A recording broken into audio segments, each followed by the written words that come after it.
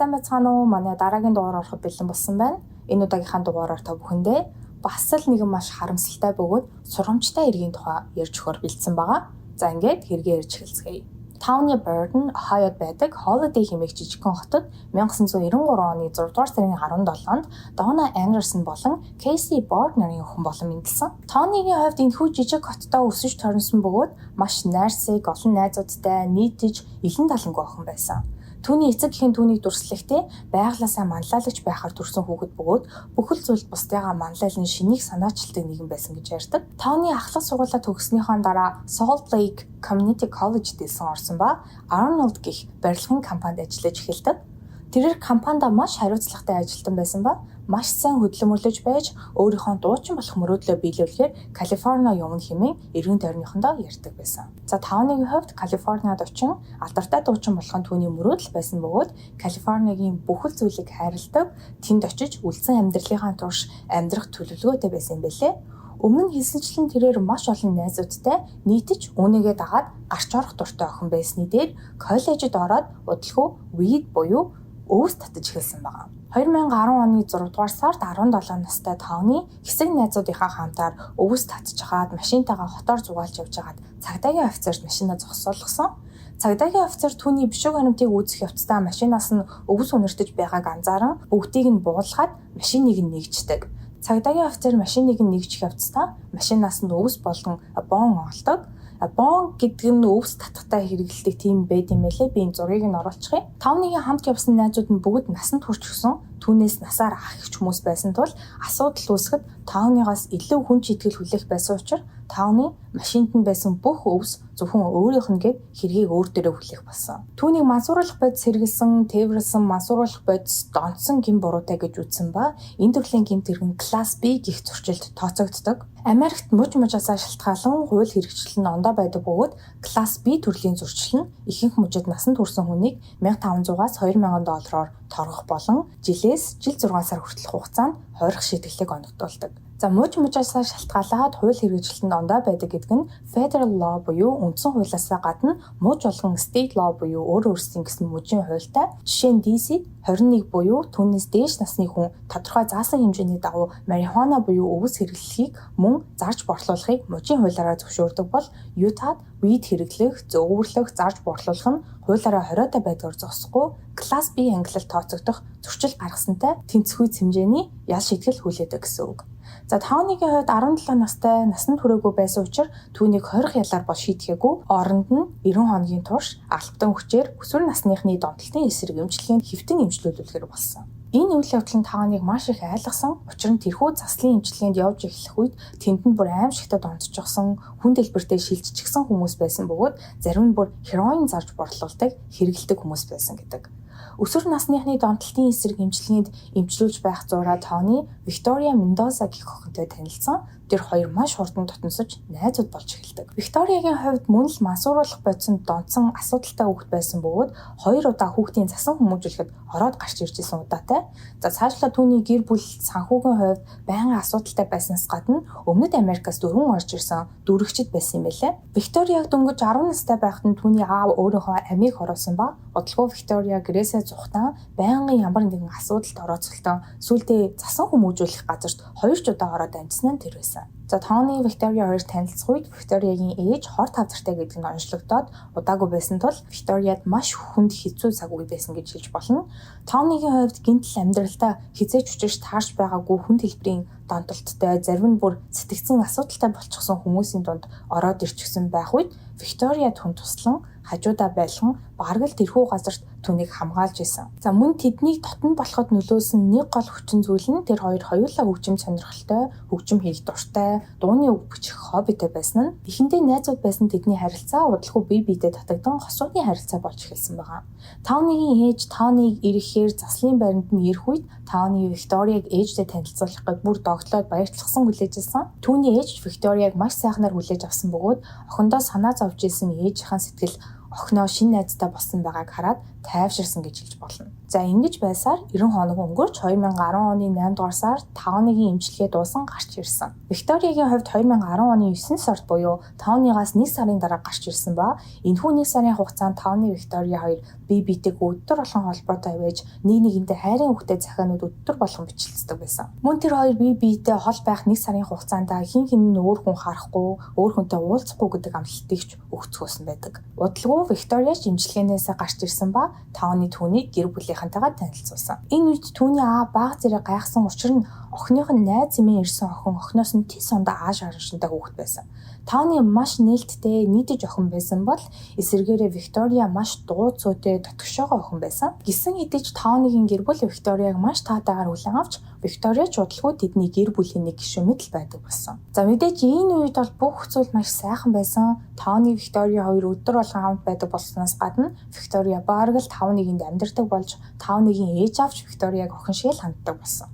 Үүгээр ч зогсохгүй Виктория 5-ийн найзуудтай танилцсан. Бүгдээрээ хамт гадуур зугаалдаг болсон ба 5-ийн найзууд ч Викторияг маш сайхнаар хүлээж авдаг. Найзуудынх нь хувьд бол тэр хоёрыг хоорондоо найзуудаасаа илүү дотн харилцаатай болсон гэдгийг нь мэдчихсэн. Тэр хоёр байнга хамт ахуулсан зургаа сошиал медиа дээр оруулдгаас гадна бүжиг, зугаалга, ресторан, өөр юу л байдیں۔ Бүхэл зүйлийг хамт хийх болсон байна. Гэвч энэ хоёрын харилцаа мэдээж төгс төгөлдөр харилцаа бол байгаагүй. 5-ны Виктория хоёр хоёулаа маш их хартай, түүнээсээ болж байнга муудалцдаг ба Викториягийн хамгийн том санааг нь зовоож байсан зүйл нь 5-ны нэг л өдөр буцаад эрэгтэй хүн сонирхдаг болоод өөрийг нь орхиод явчихыг их айдас байсан. Виктория 5-ны хоёр бараг л нэг нэгний өөр хин нэгнтэй зүгээр юм ярихад л хартаж асуудал үүсгдэг хэмжээний токсик харилцаатай байсан гэж хэлж болно.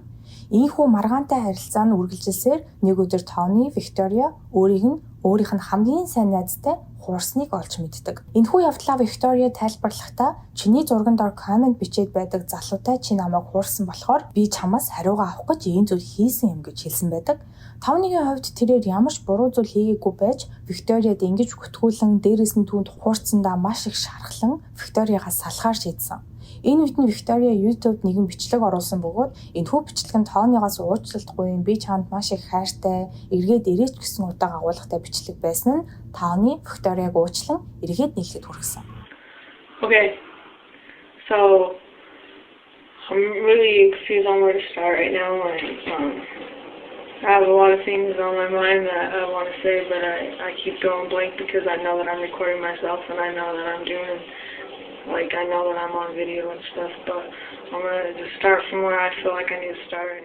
За энэ үед бол 5-ийн эргэн тойрных хүмүүс бол бүр гайхширсан. Учир нь өөрийг нь хуурсныг мэдээд 5-ны маш их шаналан сэтгэлээр унжижсэн бол удалгүй Викторияг уучлах болсонд нь бүгд нэлээд таагүй хандчихсан гэдэг. Энэхүү үйл явдлын дараа тэд муудалцахтаа муудалцаж эвлэрхтэй эвлэрч явсаар 2012 оны 6 дугаар сард Викториягийн ээж хорт хавдрын улмаас нас бардаг. Ээж нь нас барсны дараа Викторияд очих газар байгаагүй тул 5-ийн гэр бүл түүнийг гэрт нь хамтдаа амьдрахыг санал болгон 5-ийн ээж түүнд хамгаалалтын ажил хүртэл олж өгсөн ба түүнд хэрэгцээнийх нь мөнгөийг хүртэл өгдөг болсон. За 5-ийн найзууд болон гэр бүлийнхэн Викторияд маш сайн хандаж тэдний харилцаа улмал дотн болсноос гадна Виктория 5-ийн ээжийг ээжээ гэж дууддаг болсон. Гэвч хаалттай хаалганы цаана Виктория 5-ийн хоёрын дунд асуудлууд байсаар л байсан байгаа. Виктория 5-ыг улмал их хардаг болж байнга чат болон утсыг шалган хэрүүл үүсгдэг болсон ба энэ хоёрын хэрүүл нь сүлдээ нэг нэгэндээ гар хүрч зотоон болон дуустдаг болсон. Энэ үед бол гэрийнх нь хоёр охины харилцаа найзуудынхаас илүү гэдгийг аль хэдийн мэдчихсэн байсан бөгөөд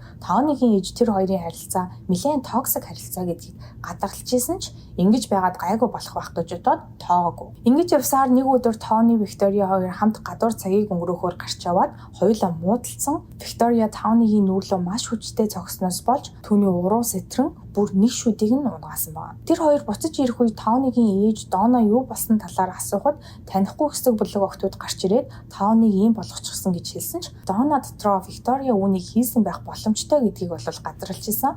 Дона цагдаа дуудана гэсэн боловч 5-ны Виктория хоёр битгий цагдаа дууд гэж гуйцаар байхад болиулдаг. Харин 5-ийн аав Кейсигийн хувьд бол энэ тухай гадарсан зүйл огт байгаагүй. Үнэхээр л охиныг нь танихгүй хэдэн охтууд хаанаас ч гарч ирээд гимтээч гисэн гэж бодсон боловч охиныгоо битгий гэд гуугаад байхаар нь мөн л цагдаа руу залгаагүй байдаг. 2014 оны 10 дугаар сарын 17-нд 5-ны Виктория 2 5-ийн сайн найз болох Лейси болон өөр бусад найзуудтай уулзахаар Ютад байдаг нэгэн жижигхэн хот руу явсан. Таавныгийн найзуудын хэлж байгаагаар уг нь бүгдээрээ уулзаад цагийг маш хөвгчлөлтэй сайхан өнгөрөөж байсан ч Таавны Виктория хоёрын дунд ямар нэгэн зүйл болсон гэдэг нь ойлгомжтой харагдажсэн гэдэг. Виктория жоохон ууртай сэтгэлээр унсан харагдаж байсан ба байн угаалгын өрөөрөө яван тэндээ маш удасны дараа л нэгэн эргэж бусад дээрээ иржсэн. Лесигийн хэлснээр тэр өдөр Викториягийн ууртай байсан шалтгаан нь ердөө л Таавны бид нартай уулзаад маш их баярлчихсан. Цагийг зугаатай өнгөрөөж байгаа нь түүнд таалагдаагүй. Виктория ер нь л Таавныг өөрөөс нь өөр хинтэй ч хамт жаргалтай хөвгчлөлтэй байхыг нь харах дурггүй. Ганцхан өөртөө хамт байхдаа л инээж цагийг сайхан өнгөрөөж байхыг харахыг хүсдэг. Виктория бол Таавныг бүр донтчихсон гэж хэлсэн байдаг. Угаалгын өрөөнөөс гарч ирснийхэн дараа Виктория Таавныг гэртээ арий гэхэд Таавныг энэ нь мэдээж таалагдаагүй. Тэрээр найзуудтайгаа дахиад хамт баймаар байна гэдгийг хэлэхэд Виктория би өглөө эрт ажилтаа учраа одоо харж амрах хэрэгтэй байна гэд Таавныг аваад явсан. Энэ үед нь Леси ч мөн харихаар шийдэн тэр хоёр Лесиг гэрт нь буулгаж өгөөд харихаар явдаг. За 10 дугаар сарын 17-ноос 18 шилжих шөнийн 1 цаг орчимд 911 дугаар дуудлага ирсэн.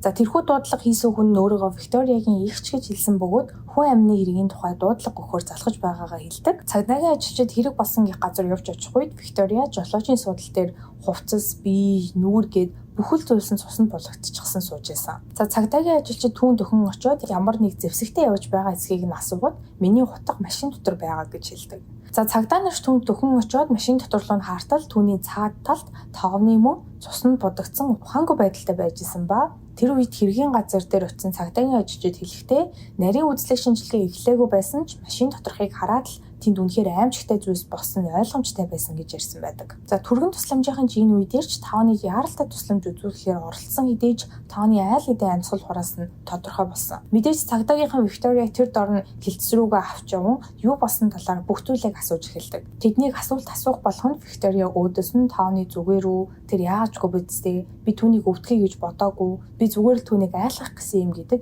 хэдэн өгүүлбэрээр л тавтаад байсан. Дараагийн өдөр нь болж 10 дугаар сарын 18-ны өглөөний 10 цагийн үед цагдаагийн ажилчид Таавныгийн гэрт очин Дона болон Кейси нарт охинд нь юу тохиолдсон талаар дуулгасан байдаг. За хэрэг гардаг өдөр юу болсон бэ? Лесиг хүргэж өгөөд Лесиг машинаас бууж амжаагүй байхад Виктория Таавны хоёр маргалдаж эхэлсэн. Лесиг буусны дараа ч тэр хоёр замдаа маргалцаар л байсан ба энэ үед бол Таавны машина бариад Виктория хажуу талынхаа зорчигчдын суудал дээр суучихсан явж исэн байлээ. Маргаа нэлийн хүчтэй өрнөж эхлэх үед Interstate 15 гэх зам дээр явж исэн хоёр хамгийн ойрхон байсан зогсоол руу орон машинаа зогсоогоод Таавны Викторияг алгадан өснөөс нь зулгаж эхэлсэн. Энэ үед нь Виктория маш их уурлан 4 инчийн урттай халаасны хутгаа гаргаж ирэн Таавныг хутгалж эхэлсэн. Задлан шинжилгээгээр Виктория Таавныг дух, гар, нүур, толгой, хүзүү, мөр болон чихэнд нь нийт 46 удаа хутгалан амь насыг нь хөнөөсөн болох нь тогтоогддог. Энэ нь Таавны айл хэдийн чих болон нүур толгоондоо хутгалуулсныхаа дараа амьсгал хураасан боловч Виктория зогсолтгүй цээжнээс нь дээш бүхэл газарт нь хутгаа зоосоор л байсан гэсэн үг. Үүнийхэн дараа өөрөө жолооны арцсан машинаа хөдөлгөн ойрхон барилах нэгэн сүмийн гадаа ирж зогссон. Машинаа сүмийн урд зогсоосныхаа дараа Виктория түүний эгч болох Син дээрөө залган юу болсон талаар бүгдийг хэлээд эгчээгээ хүрээд ирээ чимээ асуудаг. Энэхүү сүмэнд Викториягийн хүүхэд байхдаа эгчтэйгээ хамт байнга ирдэг байсан сүмэн юм байлээ. Синдич гэрээсээ хурдхан гарч сүм дээр ирэх үедээ Таавныг хараад л аль хэдийн амьсгал хураасан гэдгийг нь мэдсэн ба тэр дороо 911 рүү залгасан энэ байсан. За шүүхээс Викторияг 1-р зэргийн хүн амны хэрэгт буруутай хэмээн үзсэн. Тэрээр шүүхийн танхимд байхдаа надад өөрийгөө хамгаалж хэлэх ямар ч шалтгаан байхгүй. Би бол мангас. Би бүр түүний шүдийг нь унж эртлэн зохиж байсан ч удаатай. Сэтгэл минь маш их өвдөж байна гэж хэлсэн байдаг. Гэвч Донагийн хэлж байгаагаар Виктория шүүх хурлын үеэр өөрлөн болон Таавныгийн гэр бүлийн гишүүд рүү хинрүүнч хараагүй бөгөөд бүр нэг тусал нулимс унахаагүй гэдэг. Сонин сэтгүүлийнхэн л Виктория өөрийнхөө гин буруутайг ухаарч байгаа, тэр өөрийгөө мангас гэж хэлсэн гэж бичээд шуугж исэн боловч Дона яг үнэндээ түүнийг ингэж хэлж байгааг шүүх хурлын үеэр огт сонсоогүй гэдгийг хэлсэн байдаг. Мэдээж Таавныгийн эцэг их гэр бүлийнхэнд энэхүү бүх үйл явдал маш хүндээр туссан ойлгомжтой. Маш сайхан сэтгэлээр ухтан авч гэртээ хүртэл амьдруулж өөрийн төрсөн охин шиг хайрлж бүр ээж хэмээн дуудуулж байсан охин өөрийнх нь охиныг тийм аимшигтай хэрцгийгээр амь насыг нь хөнөөсөн гэж бодохоор ямар ч эцэгхийн хувьд энэ нь маш гонигтай аимшигтай зүйл шүү дээ. За өмнө нь хэлсэнчлэн шүүхээс Викторияг 1-р зэргийн хүн амны хэрэгт буруутай гэж үзсэн ба 24 жилийн дараа давж заалдах хэрэгтэйгээр насаар нь хорих ялаар шийтгэсэн байдаг. За энэ удаагийн хэрэг маань энд хүрээд дуусчихин. Хэрвээ манай сувгийн бичлэг таалагддаг бол лайка дараарай, subscribe дараарай. Хажууд нь байгаа хонхон дээр дарах юм бол намайг шинэ бичлэг хийх болгонд та бүхэнд notification очих болно шүү. Мөн энэ хэргийн талаар санал сэтгэл болон өөр яриулахыг хүсэж байгаа хэрэг байх юм бол доор комментсэд бичиж үлдээгээрэй. Ингээд дараагийн дугаар хүртэл түр баяртай.